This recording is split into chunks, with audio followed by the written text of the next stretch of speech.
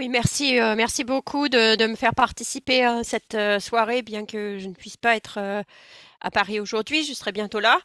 Euh, je voulais parler aujourd'hui un petit peu de l'expérience que j'ai dans mon travail, que nous avons au Poverty Action Lab sur l'utilisation de la recherche expérimentale euh, pour la mettre au service de la réussite scolaire de tous. Dans le champ de l'éducation, comme dans beaucoup de champs de politique publique, que ce soit dans les pays en développement ou dans les pays les plus riches, il y a des phénomènes de mode qui sont importants. Qu'on retrouve, donc il y a différentes pédagogies, différentes techniques, différentes idées qui, à un moment ou à un autre, euh, tout d'un coup sont présentées comme étant la solution à tous nos problèmes, ou au moins la solution aux problèmes les plus importants auxquels il faut faire face. Et les enseignants qui sont dans les classes, que ce soit à nouveau dans un pays comme la France, ou que ce soit en Inde ou en Afrique, se trouvent avec ces messages qui passent un petit peu de l'un à l'autre, qu'on leur explique que c'est vraiment comme ça qu'il faut faire les choses et que c'est pas différemment, et que mais après ça peut changer relativement rapidement et relativement du tout au tout. On l'a vu par exemple sur différentes techniques d'apprentissage de la lecture, on l'a vu par exemple sur la discussion du travail à la maison, qui serait soit ONI, soit très important, sans qu'on ait l'impression qu'il y ait énormément de données ou d'expériences très rigoureuses qui nous permettent d'arbitrer entre ces différents courants. Donc, comment savoir quelle nouvelle méthode, quelle nouvelle organisation du travail, soit des enseignants, soit des enfants, des familles, peuvent réellement aider les enfants, et pas juste quelques enfants, mais le plus grand nombre, même dans une situation où il y a beaucoup d'hétérogénéité d'un endroit à l'autre. Donc, on peut se dire que de toute façon, aucune solution ne marchera au même niveau dans toutes les écoles de France et de Navarre, a fortiori dans toutes les écoles de l'Inde, par exemple. Les enseignants savent ça évidemment, donc ils prennent chaque mode avec un peu de grain de sel, ou beaucoup de grain de sel, et ils expérimentent dans leur pratique sur le terrain. Ils essayent de mettre en place différentes manières d'organiser leurs enfants, différentes manières de présenter le matériel, et puis intuitivement se rendre compte qu'est-ce qui fonctionne, qu'est-ce qui ne fonctionne pas dans leur classe, et, euh, et d'avancer comme ça. Les inspecteurs les aident en faisant euh, part des expériences qu'ils rencontrent ailleurs. Un petit peu de formation continue peut aussi aider. Mais le problème, c'est que les enseignements de ces expériences sont très difficiles à tirer. D'abord, individuellement pour chaque enseignant, parce que il a beaucoup de mal à se rendre compte qu'est-ce qui serait advenu s'il avait fait les choses différemment. Donc, par exemple, s'il décide d'organiser ses élèves par groupe de niveau en mathématiques pendant une année, c'est très difficile de savoir si ce serait mieux passé s'il l'avait fait au contraire par groupe très très hétérogène. On pourrait imaginer enfin, il y a des arguments possibles dans un sens ou dans l'autre. Les expériences vont être différentes dans un sens ou dans l'autre. Et il n'est pas possible pour un enseignant de faire les deux dans la même classe la même année. Alors, il peut changer d'une année ou d'une autre, mais d'une part, ça demande beaucoup de travail, et d'autre part, c'est pas très clair que les élèves d'une cohorte soient vraiment complètement comparables aux élèves de l'autre. Du coup, ces expérimentations, c'est vraiment des expérimentations plutôt euh, intuitives, hein, comme on pourrait faire dans sa cuisine, où on essaye d'utiliser les données qu'on a au mieux pour répondre pour tirer les enseignements de ce qu'on fait, mais en fait, on manque dans ces expériences individuelles de la moitié des données. On manque de ce qui se serait passé si on avait fait les choses autrement. Donc au niveau individuel, c'est difficile de tirer les enseignements, et a fortiori, c'est encore plus difficile de faire passer les leçons de ces essais, que ce soit des réussites ou des échecs, aux collègues, parce que c'est un petit peu difficile justement de leur expliquer pour dans quelle mesure les choses auraient été différentes autrement. Donc du coup, même si quelqu'un est persuadé de l'efficacité de ce qu'il a fait ou de ce qu'elle a fait, le faire passer à quelqu'un d'autre, c'est difficile. Donc ça, c'est du point de vue de l'expérience individuelle qu'on retrouve dans chaque classe. Après, il y a les chercheurs en sciences cognitives, en sciences de l'éducation, qui font leur propre travail, qui font souvent des expériences très très contrôlées dans des situations de laboratoire bien maîtrisées. Le laboratoire peut être une classe, mais souvent le laboratoire est littéralement un laboratoire. Par exemple, avec ma collaboratrice Liz Pelkey à Harvard, je travaille de près avec elle. Des enfants viennent littéralement dans le laboratoire Harvard. Les enfants sont évidemment pas du tout choisis au hasard. C'est des enfants de la, des enseignants, des post-docs, des étudiants en thèse de Cambridge. Donc c'est un public quand même un petit peu particulier qui est suivi de très très près. On apprend énormément de choses sur cette expérience, mais ce qu'on n'apprend pas, c'est qu'est-ce qui se passe, qu'est-ce qui se passerait quand les leçons très théoriques, très contrôlées, très précises qu'on apprend dans ces laboratoires sont transposées sous la forme de programmes qui vont forcément être appliqués de manière différente, particulière, réactive vis-à-vis du contexte, etc. Donc très très hétérogène d'un endroit à l'autre.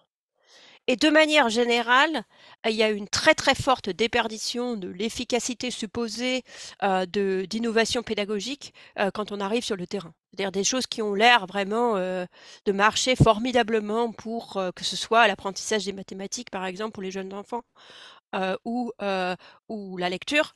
Quand ça passe sur le terrain, il y a énormément de choses qui se perdent en route. Et j'emploie le terme qui se perdent, mais c'est un petit peu, mais c'est pas une caractérisation exacte. C'est parce que ça se perd pas parce que quelqu'un ne fait pas les choses comme il devrait. Ça se perd parce que confronté à la complexité du monde, les enseignements venant de milieux très très purs de laboratoire ou très très contrôlés se trouvent insuffisants.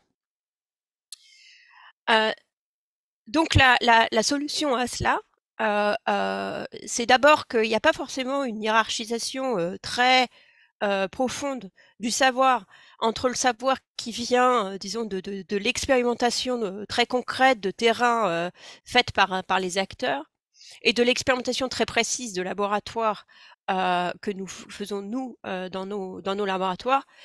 Ces deux types de savoirs qui sont utiles et complémentaires. Et la manière dont la complémentarité peut se jouer en pratique, c'est par l'expérience de terrain à grande échelle. Quand je parle de grande échelle, je parle facilement, ça peut être des quelques centaines d'écoles au minimum, ou parfois beaucoup plus que ça.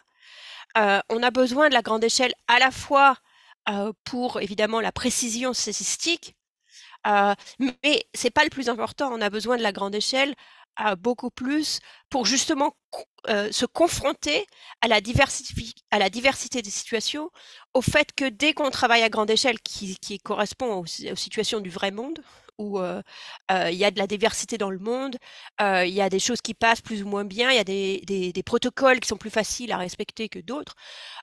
Tout cela se retrouvera dans le vrai monde et on ne peut pas savoir comment une innovation spécifique se comportera vis-à-vis de la complexité du monde sans l'avoir essayé dans la complexité du monde. D'où la nécessité de l'expérience à grande échelle et de l'expérience réalisée en situation naturelle, disons, en situation de classe avec des enseignants normaux qui font les choses normalement et dont la liberté d'action n'est pas entravée, hors de l'adhésion à, par exemple, une nouvelle idée. Ça peut être une nouvelle méthode de lecture ou de mathématiques, ça peut être une nouvelle organisation du travail, ça peut être une nouvelle des classes plus petites, enfin n'importe quoi. Quelle que soit l'intervention, cette intervention-là va être testée dans des expériences à grande échelle, demandant une adhésion à cette intervention-là, et sinon de continuer sa vie normalement.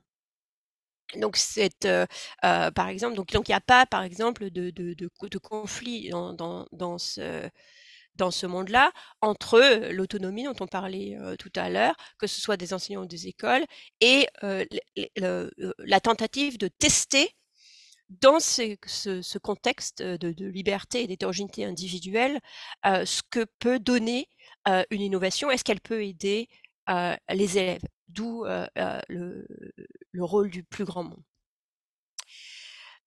C'est ce type d'expérimentation qui permet de confronter à la fois les théories et les expériences, les intuitions qui viennent de l'expérience individuelle des acteurs et de les mettre au défi de la généralisation.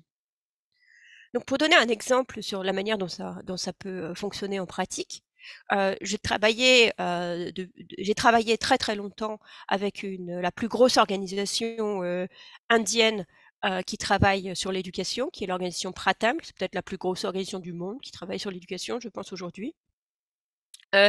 Leur programme, le premier programme avec qui j'ai travaillé avec eux, c'était déjà au tout début des années 2000, un programme de soutien scolaire.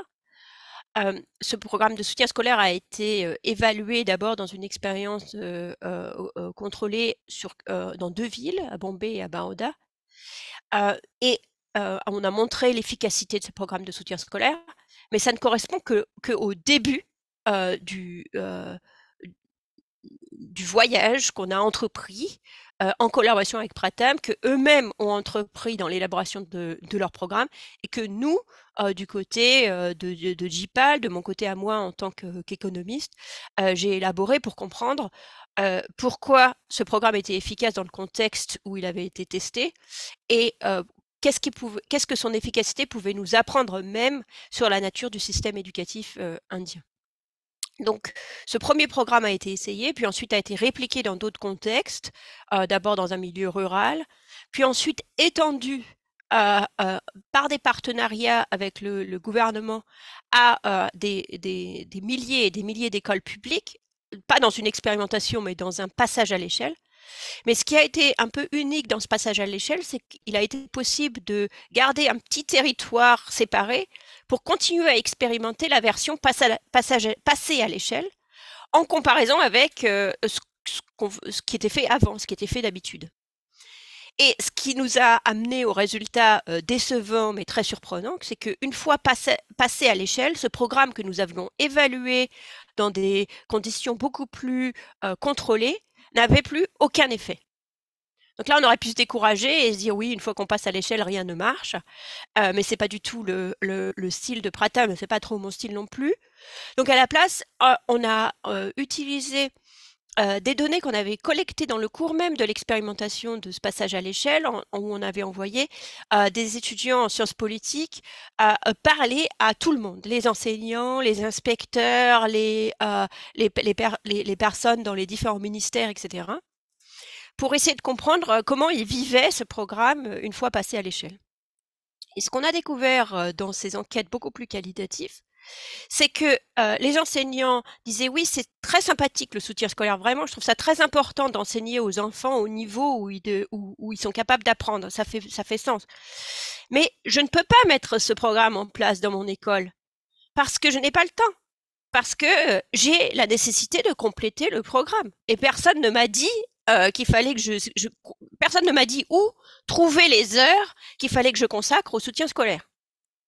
Alors c'était très intéressant parce que c'était un programme qui avait été lancé par le gouvernement, où donc il y avait ce nouvel impératif de faire du soutien scolaire. Les enseignants avaient été formés pour le faire, etc. Mais quelque part dans la chaîne, l'idée qu'il fallait aussi changer les objectifs des enseignants, que l'objectif primaire n'était plus de terminer le programme, mais que les enfants apprennent quelque chose au passage, ou au moins de dédier des heures à ces exercices, n'avait pas été fait. Ce qui nous a permis du coup de remettre notre ouvrage sur le métier, pour Pratham et pour ses partenaires gouvernementaux, de dire bon, on relance le programme avec 2 changements. D'une part, un temps soit dans la journée, soit dans l'année, selon les endroits dédiés à cette activité. D'autre part, une formation des inspecteurs dont ce sera maintenant le travail de relayer le message que non, faire du soutien scolaire n'est pas de la perte de temps, ça fait partie, au contraire, de vos obligations. Ce programme-là a pu être réessayé, à nouveau dans une version à grande échelle.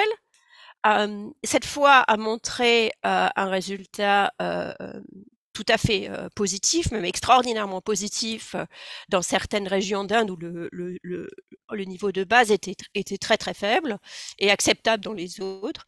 Et c'est cette version-là qui s'est répandue par la suite par des partenariats avec différents États de l'Inde. Aujourd'hui, juste avant la pandémie, Pratham touchait à peu près 17 millions d'enfants. Après la pandémie, c'est en fait beaucoup plus, puisqu'il y a encore plus de réalisation que l'hétérogénéité énorme du niveau des élèves après 2 ans passés à la maison et demande qu'on s'y attache particulièrement. Et se développe aujourd'hui en Afrique. Donc, du point de vue, disons, de la généralisation du programme, ce n'est que par l'expérimentation, mais pas seulement à petite échelle, aussi à grande échelle, et par l'acceptation des résultats négatifs qu'on peut parfois trouver, qui nous a permis de développer un programme efficace.